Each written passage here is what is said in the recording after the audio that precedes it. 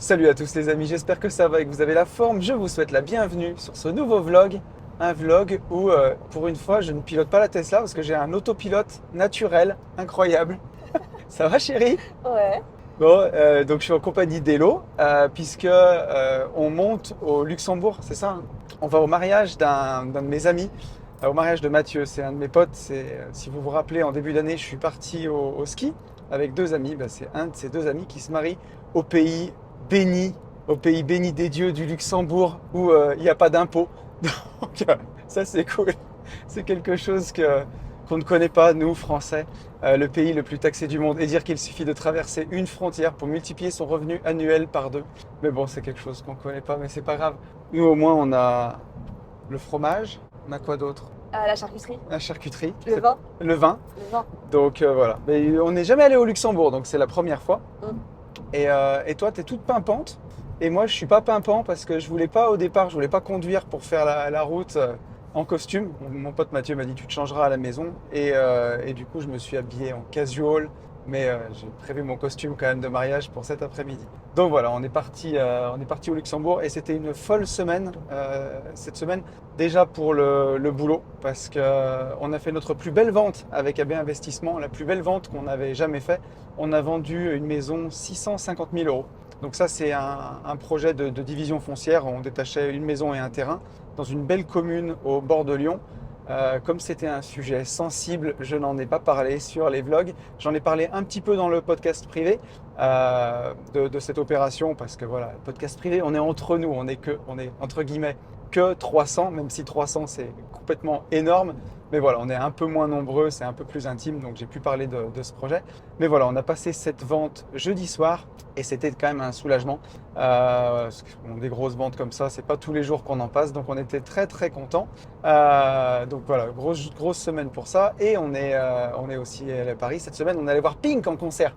Et Pink, c'était cool. C'était fou. Ouais, c'était fou. Trop bien. Ça faisait longtemps que tu voulais y aller. C'était plus pour toi que pour moi au départ, mais franchement, j'ai vraiment adoré.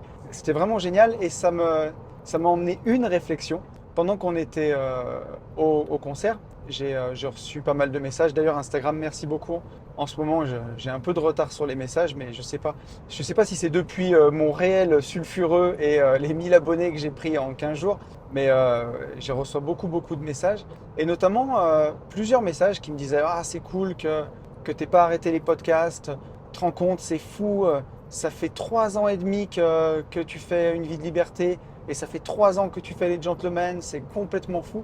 Et justement, la réflexion que je me suis faite quand j'ai vu Pink en concert, c'est que la première fois que je l'ai entendu avec sa chanson, la première, c'était Get This Party Started, je crois. La toute première Ouais. qu'elle avait fait. Et j'ai regardé, c'est 2001. Et c'était l'époque folle. Moi, 2001, j'avais 20 ans. Donc c'était l'époque folle de MTV, Jackass et pour tous ceux qui ont connu Blink 182 et compagnie, toute cette époque-là. Et, euh, et Blink, elle aurait pu être une étoile filante, Blink. Tu vois, je suis fatigué là. Pink. Pink, Ça y ressemble. C'est presque pareil. c'est ça. Tu sens j'allais dire, tu sens la fatigue parce que bien sûr cette semaine, je vous l'ai pas dit, mais on a enchaîné donc vendredi avec le Mastermind Division Foncière et on avait aussi une très belle autre signature chez le notaire dont je peux pas vous parler pour celle-ci. Pareil, je fais un peu de discrétion, mais j'en parlerai aussi sur le podcast privé. Mais voilà, c'était la folie et vendredi c'était la dernière enfin la dernière journée du Mastermind Division Foncière dans sa première version avec 7 de nos 8 participants. Il y a Flo qui n'a pas pu faire le chemin cette fois-ci parce qu'il se marie. Lui, justement, c'est la saison des mariages, hein, le mois de juin. Mais c'était encore une fois fantastique. On a passé une journée de folie, voilà, tous ensemble, avec Ben, avec Fab et avec tous les gars. Encore un grand merci à vous de nous avoir fait confiance. Et j'ai pas trop filmé, voilà, je l'ai gardé pour nous, celle-ci. On a fait de l'escape game l'après-midi à l'escape game de Fab. C'était une folle journée, c'était trop bien.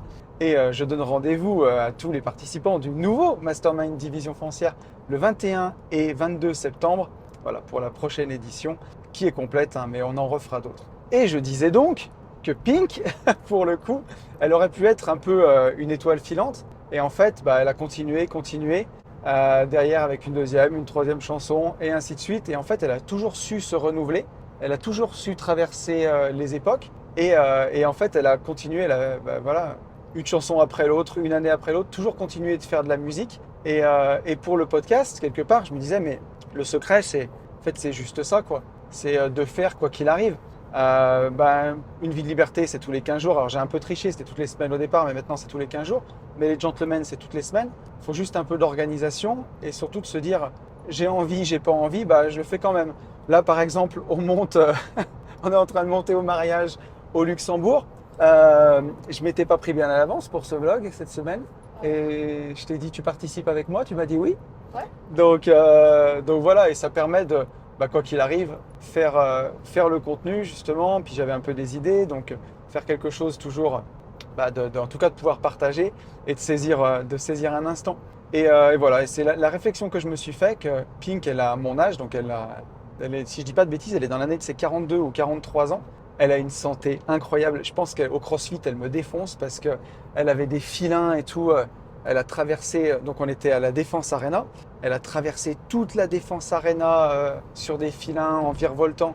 C'était vraiment dingue comme spectacle. Et donc je me dis, non seulement elle tient la forme physique, elle chante de ouf, elle bouge de partout. Et elle a chanté des chansons qui avaient 22 ans et des chansons plus récentes. Et c'est juste en fait quelqu'un qui a continué de faire. Et puis je pense aussi d'y croire. On se l'est posé un peu la question tous les deux de ce qui faisait la différence entre des gens qui ont un peu un destin exceptionnel comme elle et puis des gens qui vont pas au bout. Et je pense que peut-être, après j'ai pas la réponse à tout, et puis je pense que c'est peut-être d'y croire justement. D'y croire vraiment, en tout cas plus que les autres, et de continuer. Alors moi, j'ai pas 20 ans de carrière, j'ai que 3 ans de podcast, et ça veut pas dire que je me compare à Pink. Déjà parce que je suis pas une fille, et parce que j'aurais pas cette prétention-là de me comparer à une carrière comme ça, c'est pas ce que je veux dire. Mais par contre, voilà, qu'on ait des dizaines de milliers de personnes qui viennent nous voir, ou quelques centaines de personnes qui nous suivent, ou quelques milliers, à toutes les étapes, de toute façon, l'important c'est de partager, de faire ce qu'on aime déjà, de partager quelque chose qui nous passionne et puis de le faire encore et encore et encore. Et le succès, il se construit sur des années. Je ne pense pas que Pink, à son premier succès, elle remplissait une salle comme la Défense Arena 2 soirs de suite. Non, elle a construit sa carrière au fur et à mesure et j'ai trouvé ça passionnant.